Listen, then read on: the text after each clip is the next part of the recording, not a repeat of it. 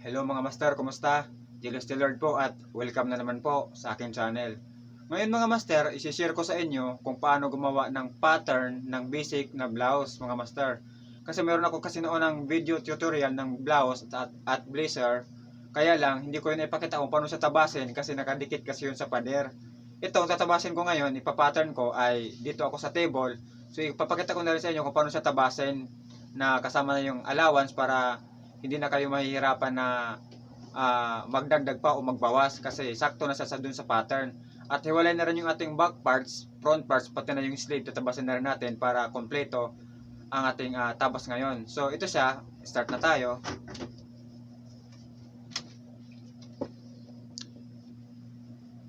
So ayan ang ating measurement ng ating gagawin na blouse. So ayan siya, ang ating shoulder ay 15, ang ating length ay 22, ang ating bust 38, ang ating waistline 30, ang ating hips ay 39, ang ating armhole ay 18, ang ating sleeve length ay 7, ang ating arm width ay 13 and 1/2, tapos ang ating front figure ay 15 and 1/2, at ang ating back figure ay 15, ating bust point ay 10, ang ating bust distance ay 7. So ito, details by details tayo nito, kukunin natin ito kung paano sa kinukuha mga master. So ito sa start na tayo. So una, ang gagawin natin ay gagawa tayo ng letter L.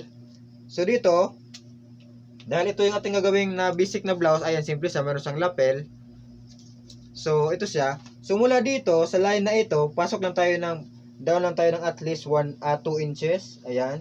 Tapos dito, dahil mayroon tayong lapel, mula dito, dagdag na rin tayo ng kahit mga lakyan na natin kahit mga 2 and 1/2 na lang. Ayan siya. So ito 2 inches, tapos dito naman 2 and 1/2. So maggagawa tayo ng letter L dito na line. Ganyan lang, ganito lang. Ayan. So ayan siya. Ngayon, magsukat na tayo dito ng ating measurement. Ang ating measurement na length ay 22. So mula dito tayo mag-start, 22. Ito, 22. Ayan. Dagdag na lang tayo ng para sa front ng additional tayo ng 1 and 1/4 na lang para sa ating front part. Ito yung back parts natin. Tapos, sa susunod natin kukunin ang ating back figure, itong 15. Susukat tayo naman dito tayo ngayon ng 15. So ito siya, 15. Ayan. Tapos para naman sa ating front figure na 15 and 1/2, so ito naman siya, mark natin. Tapos, ang sunod nating i-mark, ang ating armhole na 18, divide ito ng 2 is 9. So dito siya, 9. Ito i-mark natin. Ayan siya. So marami tayong i-mark dito, no? At pagkatapos, ang sunod naman nating i-mark dito ang ating bust point na 10. So ito siya, 10. Ayan. Ngayon, gagawa na tayo ng vertical line. Itong bust, ilalagay natin to. So ito yung bust, itong armhole na 9, kinuha natin sa 18. Ito yung ilalagay natin ng pa-vertical. Ganyan. Tapos ito namang back figure, ito siya. Ito kasi yung front figure, ito yung back figure, ito yung ilalagay natin. Ayan siya. Tapos ang ilalagay naman natin dito ang ating back parts. So, ito siya. Ngayon, ayan na siya. Gagawa na tayo dito ng neckline sa shoulder. Unahin natin. Ang ating standard tayo sa ating neckline is 3 and 1/4. Ito siya, 3 and 1/4. Tapos, maglalainan tayo ng pagganito. Mula dito, akit tayo ng 1 inch. Sukat tayo ng 1 inch dito. Ayan. I-curve lang natin to sa ating, i-round lang natin to. Ito yung ating neckline sa back. Tapos, dito tayo magsusukat naman ng shoulder. Ang shoulder natin ay 15. Divide ng 2 is 7 and 1/2. So, ito siya. 7 and 1/2. Ilalagay natin pa ganyan. Dito, magda-down tayo ng 1/2. Ito siya, 1/2. Ayan. Tapos, ito yung i-connect natin pa ganyan. Ayan siya, connect natin. Ayan. Tapos, mula dito, sukat naman tayo ng 1 inch. Ayan, ito yung ilalagay naman natin para sa front shoulder. Ayan. Tapos ito, ipantay lang natin itong pa ganito. Pa square itong ganito, pa rectangle. Ayan siya. So tapos dito na tayo. Dito, mula dito, ito kasi yung ating bust point mula dito sa shoulder. Dito tayo na makukuha ng bust distance. So dito, ang ating bust distance ay 7. Divide ito ng 2 is 3 and 1/2. So ito siya, 3 and 1/2. Ito siya. Ayan. At ngayon, kung ano yung sukat natin dito, yun din yung maging sukat natin dito at dito. So hanggang dito na lang yung ano natin, dart. Ito kasi yung gagawin natin na dart eh. Ito siya. Ayan. Ito rin, 3 and 1/2. So yung kukunik natin, ilalay natin. So dito, kasi basic lang naman kasi tayo, kapag ito yung mismo measurement ng ating bust point, bababa tayo ng 1 inch, o 1/2 o kaya 3/4, para yung ating bust point na dito, hindi siya papatong dun sa mismong pinakatumbok ng bust point. Ayan, so dito, ibaba tayo ng 1/2, ito siya. Ayan. Tapos, mag-down tayo ng 1/2, kasi ito yung ating bust front figure, kasi ito yun siya. Dito naman tayo magsusukat ng dart naman, depende sa laki sa gagawin nating dart. Ang kadalasan na dart sa front, pwedeng 1 inch, pwedeng 1 and 1/2. So ito siya 1 inch na lang. So bali 1/2. So 1 inch ito. So tapos dito, hanggang dito lang yung ating dart na gagawin. Pwede naman natin i-diretso, pwede rin hindi na. Ito naman yung i-connect natin sa ating dart. Ito yung tahi na sa ating dart. Ayan. Ngayon, tayo ngayon ay magsusukat na sa ating body measurement. Ang ating body measurement, itong body measurement na ito ay hindi na ako naglagay dito ng flashing. Kung hindi nyo pa pala alam kung paano maglagay ng flashing sa flat measurement, panoorin nyo lang yung aking video tutorial sa paano mag-flashing. Kasi itong, ano na ito, kasi basic blouse lang naman kasi itong ginagawa ko para lang sa pattern. So hindi na ako maglalagay dito ng flashing. So ito na lang siya. Ayan. So ngayon, ito ang ating bust natin, ang measurement ay 38. I-divide ito natin ng 4. Ang result nito is 9 and 1/2. 38, 9 and 1/2. So ito siya, 9 and 1/2. Ayan, 9 and 1/2. Ngayon, magkaroon tayo ng urong sulong nito. Tawag ito labas pasok na 1/2 at saka 1/2. Ito yung back parts, ito naman yung front parts. Mamaya natin guguhitan. Ngayon, ang ating waistline ay 38. So dito tayo magsusukat dito sa line na ito sa back figure. Ayan. Ang ating waistline pala ay 30. Divide ito natin ng 4 ay 7 and 1/2. So dito tayo magsukat ng 7 and 1/2. Ito siya. Ayan. Itong 7 and 1/2 na ito siya. Dahil dito kasi magkaroon na nga tayo ng dart dito na 1 inch sa front at saka sa back, ito. Mag-add, kung tatahiin na kasi ito, uurong ito ng 1 inch kasi matatahi nga ito eh. So magdagdag tayo ng 1 inch dito para maintain pa rin yung kanyang measurement. Tapos magkaroon tayo dito ng urong sulong na 1/2 at saka 1/2. Ayan. Ngayon dito naman tayo sa hips. Ang ating hips ay 39. Divide ito natin ng 4 is 9 and 3/4. Ito siya, 9 and 3/4. Mula dito tayo magsukat ng measurement. 9 and 3/4. Pwede rin naman aakyat tayo ng 1 inch eh. Sa iba kasi inaakyat tayo ng 1 inch. Ganyan. Pero pwede rin naman dito. Okay lang din naman yan siya. Ayan, 9 and 3/4. Tapos urong tayo ng 1/2. Labas naman tayo ng 1/2. Ito na yung ating i-connect ng ating curve. So ito siya, i-connect natin. Ayan.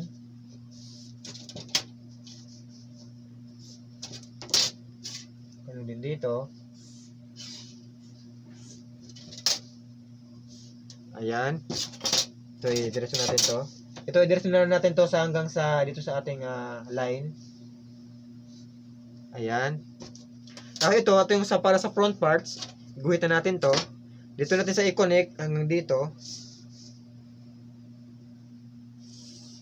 Ayan. Ngayon, magawa na tayo naman ng dart para naman sa back. Ang back natin ay ito hanggang dito. So ito, i-divide ito ng 2. Ilan ang sukat nito? Ang sukat ay 8. So ito yung gitna niya, 4. Ito siya. So ito yung guhit natin, 4. Tapos dito naman ay 4. Ayan. Pwede natin isagad dito. Pero huwag tayong umakyat kasi mataas kasi ito kapag umakyat tayo. Pwede rin masakto lang tayo dito sa ating bust. Okay lang din yan siya. O di kaya, lampas ka lang kahit mga 1/2. Okay lang din yan siya. So mas maganda kung taas-taasan mo konti sa bust para wala siyang parang pandidi. Taasan na lang natin ng konti. So ito sa ilalain natin. Ayan. So hanggang dito na lang ang ano natin. Ating dart sa back. Hanggang dito na lang. Pwede naman yan siya. Tapos dito tayo maglagay naman ng 1 inch. Ito siya at saka ito. Ito, magkaroon na kasi nitong sapaw ng guhit sa front pa saka sa back parts. Pero pag maintindihan natin yan, madali lang yung sa kuhanin. Tuturo ko rin naman ito sa inyo kung paano naman sa tabasin sa hiwalay na pattern para maintindihan nyo. So ayan siya. Ito yung dart ng front. Ito naman yung dart ng back. Ayan siya. Ngayon, dito naman tayo sa armhole. Ang ating armhole ay 18. So ito siya. Itong line na ito para sa front. Magguhit lang tayo ng paganyan.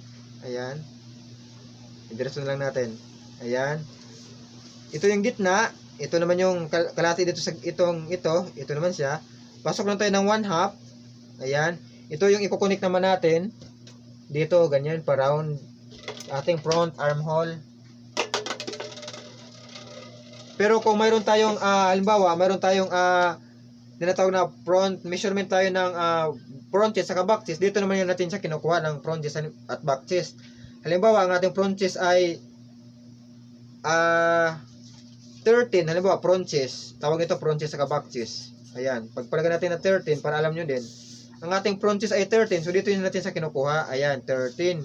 Dito tayo magsukat ng 13, itong 13, divide ito ng 2 is 6 and 1/2, so ito siya, 6 and 1/2, so ayan. Ito pa rin siya, ito yung i-connect natin, ganyan. Tapos ito yung round na ito, igaganyan lang natin. Ayan. Tapos sa back chest naman, ito naman siya. So ito pa rin. Kung halimbawa, hindi na lang ako mag-ano kasi ano ko naman dito sa front. Ito na i-connect naman natin sa ating back armhole. Ayan siya. Ayan.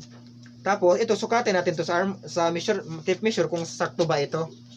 Ngayon kung magkaroon to ng halimbawa maliit siya o di kaya malaki, pwede tayo magkaroon ng adjustment nito. Magdagdag bawas na lang tayo. So ito sukatin natin. Ang ating armhole ay 18. So ito sasakto ba siya o sasobra o kukulang.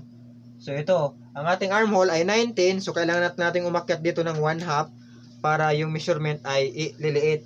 Ayan siya, ito siya. Ayan. Ayan. So ngayon sukatan natin ulit kasi umakyat na tayo ng 1/2 kasi malaki yung armhole na nagawa natin. Ganyan natin siya. Ayan.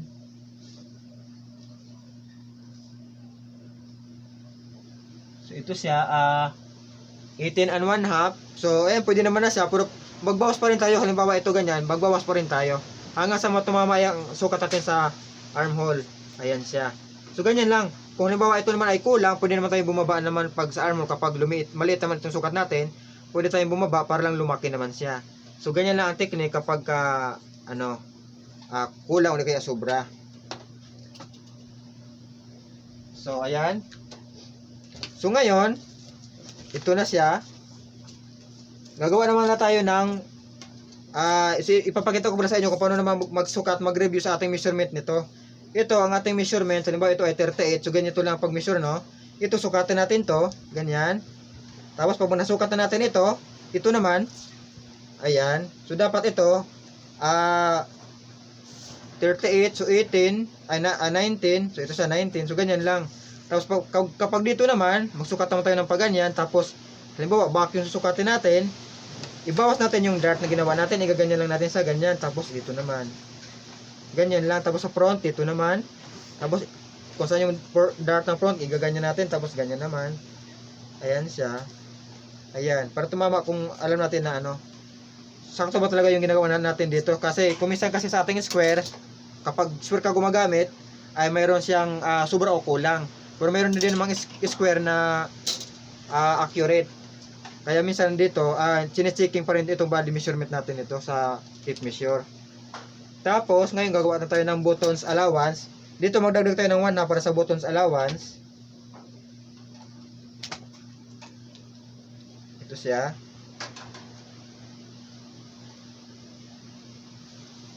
Ayan. Ngayon, halimbawa, ang ating lapel ay start natin ang ating bali ay dito. Halimbawa, sa dito na lang. Ayan, ito yung ating bali. Tapos, baba tayo ng, ito yung ating first buttons. Ito. Ayan, ito yung ating first button. Ay, ito, dito pala ating first buttons. Tapos, palagyan natin ating buttons distance is 3 and 1/2. Ito siya. 3 and 1/2. Ayan, 3 and 1/2. So, ito siya.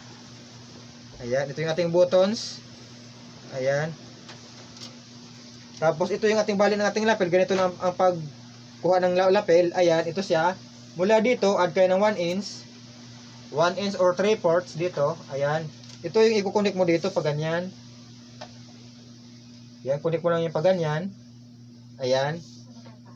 Tapos ito, mag-line ka naman dito ng pag ganyan. Ayan. Mula dito, pwede ka magsukat dito ng 2 inches hanggang depende na sa inyo kung gaano kakataas sa lapel. Ay sa neckline, pwede kang 2 and 1 na, pwede rin 3. Mayroon tayong tinatawag na low collar at saka high collar. So pwede naman natin gawin yan na 2 and 1/2 na lang muna, ganyan. Standard. Ayan, 2 and 1/2. Tapos sa lapel, igaganyan lang natin. Ayan. Tapos halimbawa, ang sukat ng ating lapel dito, pagpalagyan na lang natin na 2 inches. So halimbawa, 2 and 1/4 na lang para medyo may kalakihan. Ito, 2 and 1/4. Ito naman yung i-connect natin pag ganyan. Ito gamitin natin ito ng cord para medyo may shape naman. Ayan. Tapos ito yung ating gagawing collar. Halimbawa ang ating collar ay ito 1 inch na lang, 1 inch. Ayan. Ito siya. Halimbawa ganyan. Dito naman, add tayo dito ng, mula dito, ang ating collar ay 1 and 3/8. Halimbawa ganyan. So ito siya, gaganyan lang natin.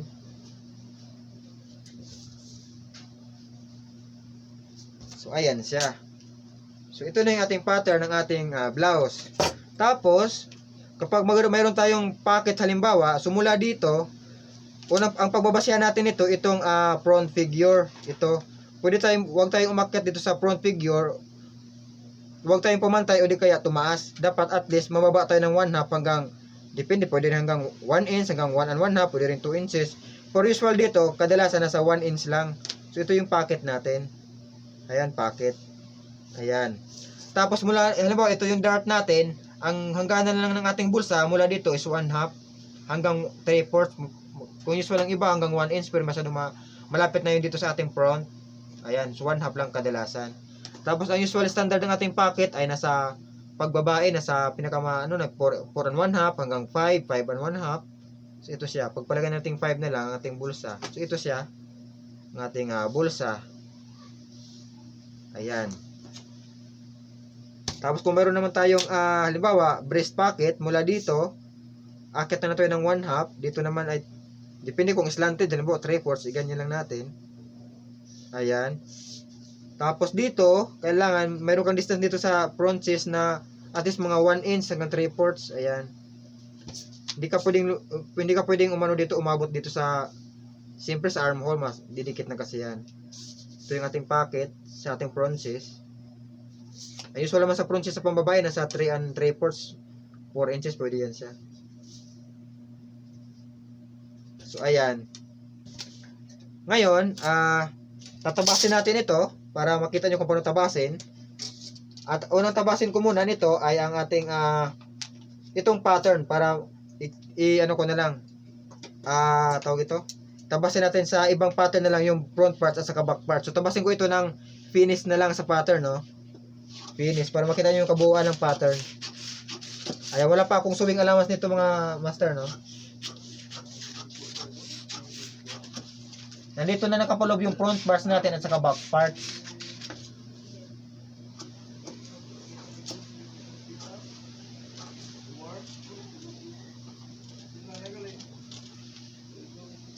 At ang ating back part nito mga master ay buo pa siya. So sa susunod gagawa ako ng hindi buo ang ating back part, sa blazer naman yun, para kasi sa blazer kasi kailangan talaga kasi may korte na siya eh. Sa blouse kasi parang okay lang naman kahit wala pa masyadong mga korte. Pwede lang sa basic na tabas lang. So ito talaga yung kadalasan tinatabas ng mga master kapag pattern maker ka na iba na yung nagfabricator.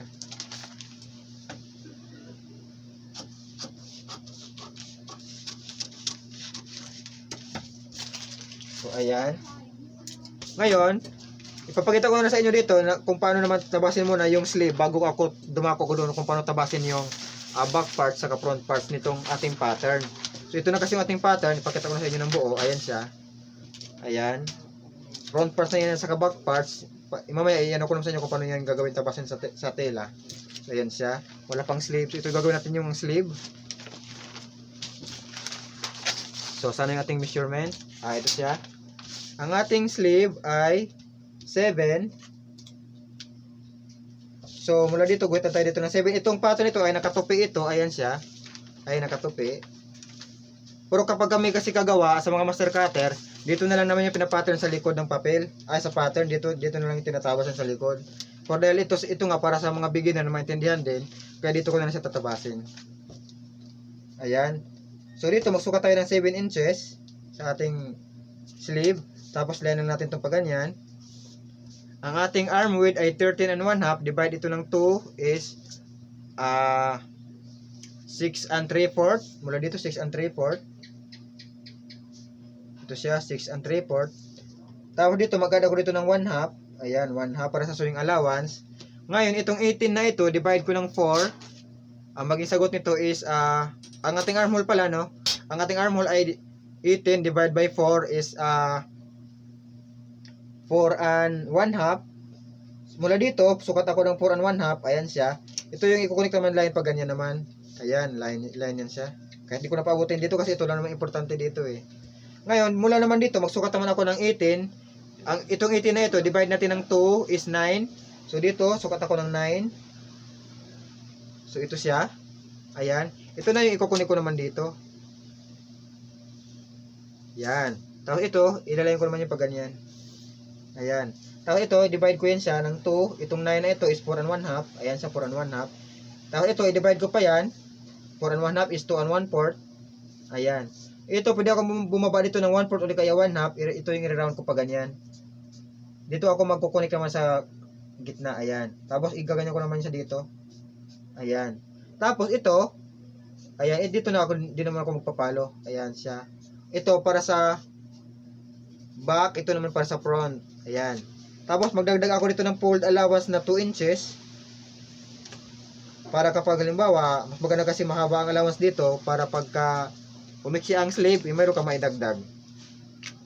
Tapos ito, tabasin ko na ito. Magdagdag na ako dito ng sewing allowance nito ng 1 inch.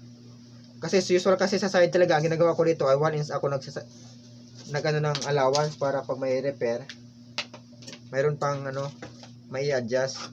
So ito na yung kung paano natin tabasin sa tila itong sleeve, no? Ganito siya. Ayan, meron tayo sewing allowance dito. At dito, hindi na tayo maglagay ng sewing allowance kasi mayroon ng sewing allowance itong nilagay eh. At tabasin ko ito munang back parts muna ang tatabasin ko nito.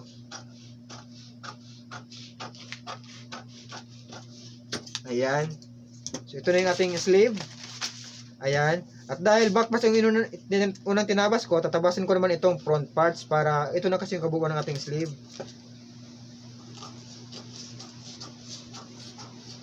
Ayan. Tinabas ko na.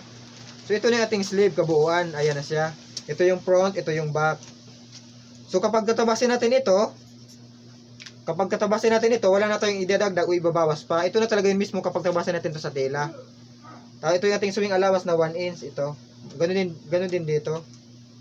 So ayan, so ito yung sleeve natin. Ngayon, ipapakita ko naman sa inyo kung paano naman tabasin itong sa body na ayan, na baka malito kayo kung paano ito tabasin sa tela. Kasi di na kasi ako magpapakita nito kung paano tabasin sa tela kasi medyo magastusan pa ako. Ito siya. Ito yung aking extra na pattern. So, ang unang tabasin ko nito para makita niyo mga master, itong back parts muna, back parts. Kasi sa front parts, pwede nang ito na yung tatabasin natin. Hindi na tayo mag-ano. So, back parts muna. So, ayan, ang gagawin lang natin sa ating pattern, itutupi lang natin. So, ayan. So, ito, nakatupi ito. Ayan, nakatupi. So, itupi ko lang, ganyan. Ang unang tabasin ko nito ay ang ating back parts. So, ayan, ito na siya. Itong line na ito, itong line na ito, dito ko siya tatama sa ito, ganyan. Ganyan siya. Tapos dito naman, ganyan din. pantayan siya dito. Ito, pantayan siya. Ngayon, dadaganan ko na lang ng, ano bang pwedeng padagan ko? Ito, may baso ako dito. Tapos, walang alak eh. Kaya, ito na lang. Sinulid na lang. So, ito, tatabasin ko ito. Ito yung tatabas ko. Mag-add ako dito ng 2 inches sa laylayan sa back parts. Ayan. 2 inches. Ayan, ito siya. Tapos dito, ito kasi aking back parts. So, ito na yung, ipalo ko. Tapos dito, mag-add ako ng 1/2 para sa sewing allowance sa ating armhole. Ito siya. Tapos dito naman sa shoulder, add ako ng sewing allowance naman ng 1/2. Tapos dito sa neckline, add ako ng kahit mga 1/4 lang, pwede na dito eh. Lagay at 3/8. Ngayon, ito na yung gugupitin natin.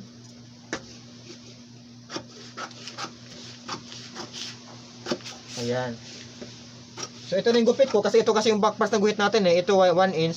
So, meron na tayo dito yung sewing allowance na 1 inch sa ating back parts.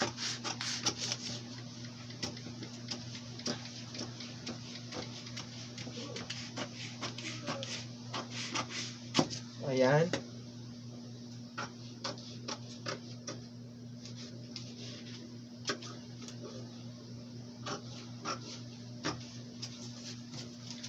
So, ayan na siya. Natabas na natin. Ngayon, iguguhit natin ang ating dart sa iguguhit natin ang dart ng ating back parts at saka yung ating tatahian. So, ito iguguhitan ko lang.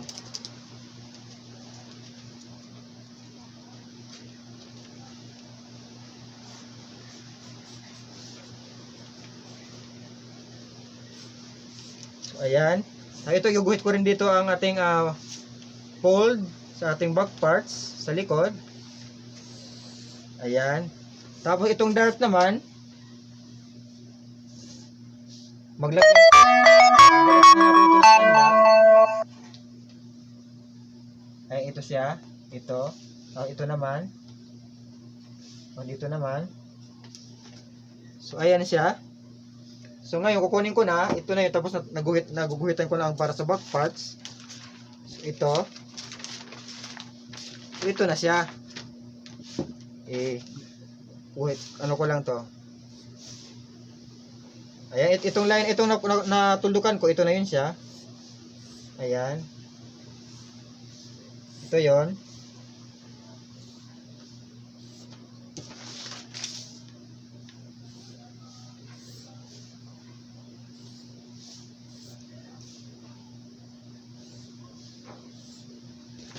So, ayan. Ito na ang ating back parts. Ayan. Ito na yung ating back parts. So, ito na siya. Ayan. Ito na yung ating back. So, kapag tabasin natin ito, wala na tayong idadagdag pa o ibabawas kasi meron tayong sewing allowance nito pati sa fold, pati sa neckline, saka sa armhole. So, ito na siya. Ayan. So, ngayon, tabasin ko naman yung para sa naman sa front parts naman. Ito yung ating front parts.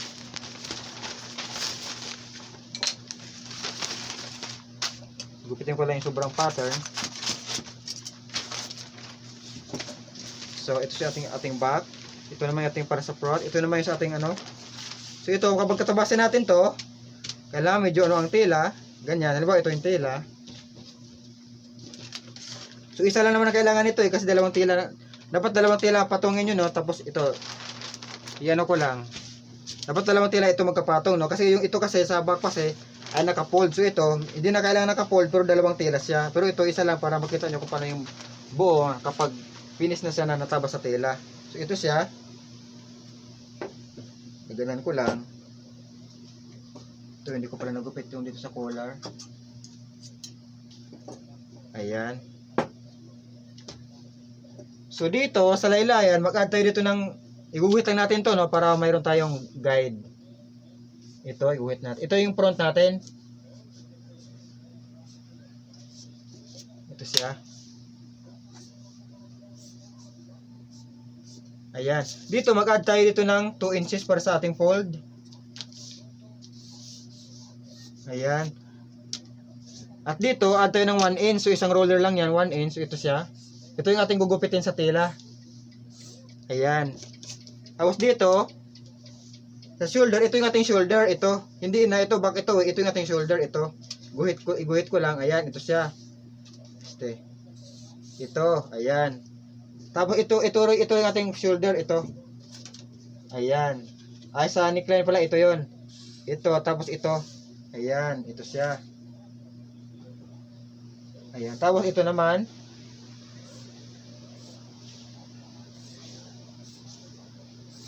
Ito yung ating fold sa lapel. Ayan. Ito naman yung ating para sa armhole. Ito siya. Ayan. Ito yung ating armhole sa front eh. Ayan. Kasi ito kasi sa back yan armhole eh. Ayan. Ito naman yung ating para sa bulsa. Iguhit natin. Ito naman yung ating para sa dart sa front. Ayan. Ito yung iguguhit ko tong sa dart sa front. Ayan. Ito yung sa bulsa. So ngayon, pwede ko nang tanggalin to. I-mark ko lang yung sa buttons.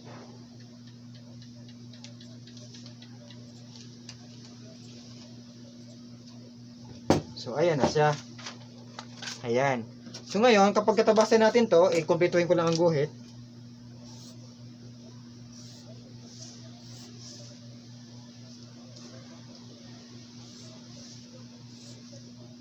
Ayan, ito yung sa bulsa niya eh. Ayan. Ito yung ating gupit. Ayan. Dito, ito yung ating gupit kasi nagdagdag tayo ng fold allowance sa 2 inches. Ito siya. Ito naman, ito yung gupit natin. Ito yung ating tahi. At dito, kasi ginuhit natin dito sa finish na pattern, so mag-add tayo dito ng 1/2 na allowance. Ayan, 1/2 na allowance. At ganoon din dito. 1/2. 1/2. Tapos dito, 1/2 din. Ayan. Tapos dito, 1/2 din dito. Para sa tahi.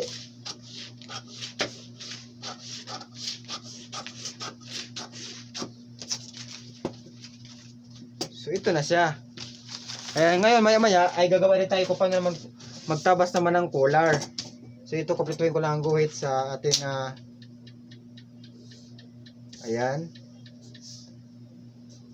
So, ayan na siya. Ito yung ating finish na natabas na ng tela. Mayroon na itong sewing allowance kompleto na ito. Ito yung ating bali sa ating lapel. Ito yung pagkakupitan ng collar. Ngayon, kung paano naman gumawa ng pattern ng collar, ay ganito naman. Halimbawa, ito yung wala ko ng pattern paper.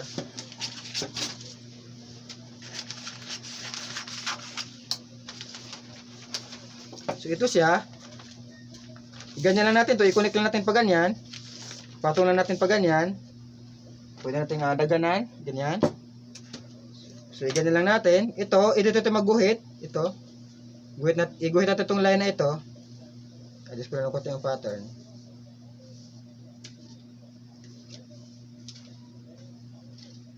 Ayan, ito siya.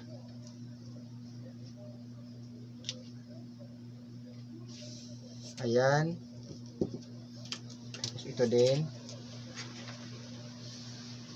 So ito, magmamark up tayo dito. Magmamark tayo, ayan. Ito, magmamark din tayo dito. Itong bali na ito. Iganyan natin ito kasi ito yung ano kanina eh. Collar. Ayan siya. Tapos ito yung 1 inch. Na galaw. Ayan, lagyan na natin. So, ito yung 1 inch. Ayan. So, ito, putuloy lang natin itong line na ito, itong lapel na ito. Ayan. Diretso lang natin. Ayan siya. So, ayan na. Ito yung ating pattern. So, ang gagawin natin ito, itong line na ito, diretso natin ito pa ganyan. Ayan. Ito yung ating hangganan kanina sa ating collar, ay sa shoulder. Ngayon, sukatin natin itong ating shoulder sa ating back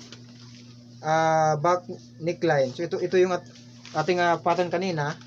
So ito, mula ito sa ating final na measurement, ito, sukatin natin to.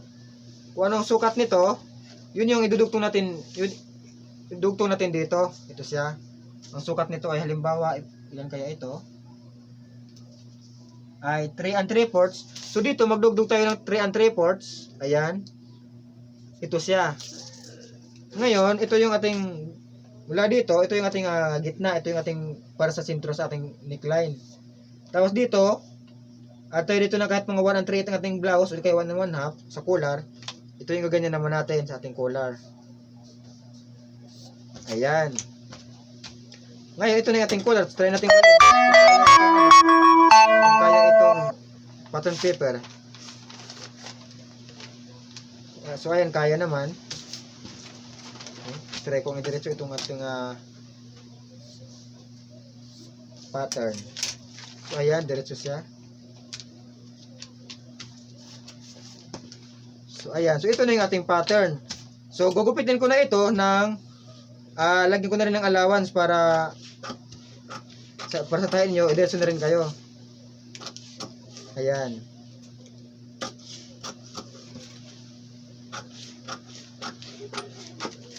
So, ayan. So, ito na yung ating pattern ng ating collar. Ito na siya. Ito yung, may kasama na itong allowance kapag katahiin nyo, ito yung